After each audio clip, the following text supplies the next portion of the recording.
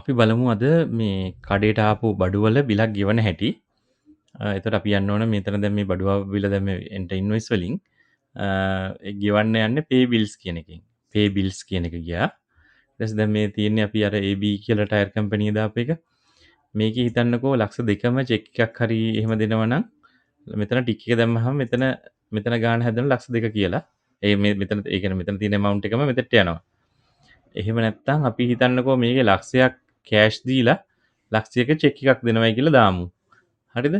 එතකොට මෙතන ටික් එක දාන්න දෙයක් නැහැ. මෙතන අපි දැන් කෑෂ් දෙන ගාණ අපි ඉස්සෙල්ලා දාමු. ලක්ෂයක් දෙනවා. ඊට පස්සේ ඒ දෙන්නේ මෙතන මෙතඩ් කියන තැන තියෙන්නේ.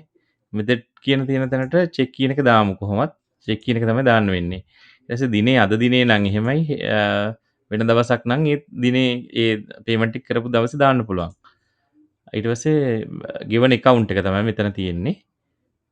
මේ ඊට පස්සේ තව මේ අපි මෙතන දාගන්න ඕන මේ to be printed කියලා තියෙන එකට assign check number කියන එක. මේ අර ටික එක දාන්න ඕන. මෙතන ගෙවන එක අතේ තියෙන සල්ලි වලින්ද කඩේ ලාච්චුවේ තියෙන සල්ලි වලින්ද කියන එක තමයි මෙතන තියෙන්නේ. නැත්තම් cash on home ද අපි cash on draw කියලා දාමු. ඒ කියන්නේ කඩේ ලාච්චුවේ සල්ලි වලින් දෙන්නේ ලක්ෂේ. ඊට පස්සේ කරන්න තියෙන මෙතන ලක්ෂ සිලෙක්ට් කරා. දෙන ගාණ සිලෙක්ට් කරා. දිනේ සිලෙක්ට් කරා. චෙක් කියන එක සිලෙක්ට් කරා මෙතඩ් එකට. assign check number කියන එකක් දාන්න ඕන. එතකොට ගෙවන account එක සිලෙක්ට් කරා.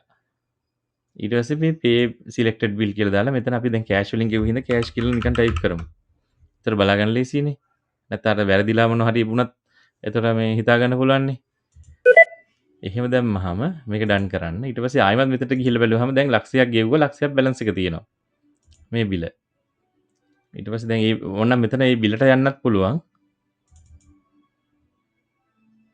මෙතන go bill කියලා දැම්මහම මේ බිලට යන්න පුළුවන්. එතන මේකේ ඕනනම් history පෙන්නයි. මෙතන transaction history කියලා තියෙනවා.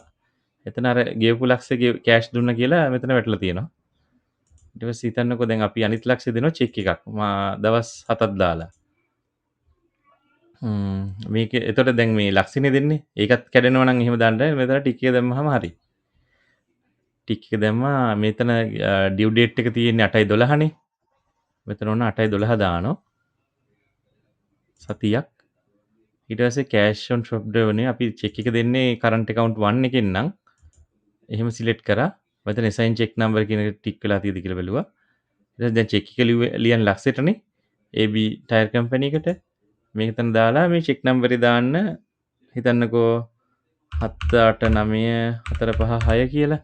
එහෙම චෙක් නම්බරේ දාලා මෙතන ඕකේ කරන්න තමයි තියෙන්නේ. මෙතන ඩන් වෙනවා.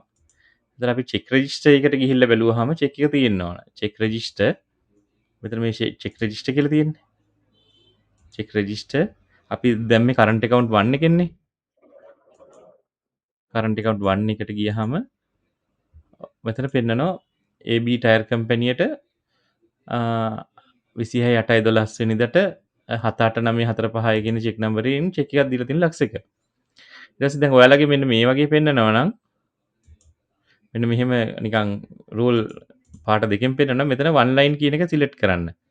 මෙතන one line කියන එක දැම්මහම මේක සරල වෙනවා. එහෙම කරගන්න පුළුවන්.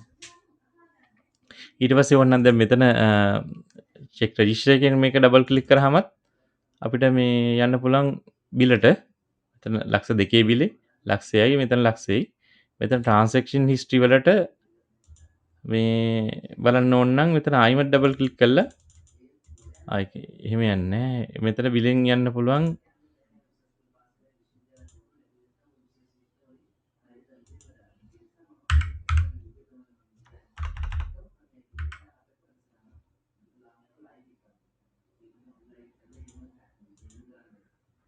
එතකොට මෙතන paid කියලා තටනවා. transaction history. එතකොට කෑෂ් වලින් ලක්ෂයයි චෙක් එකෙන් ලක්ෂයයි. එහෙම තමයි ඒක වැටෙන්නේ.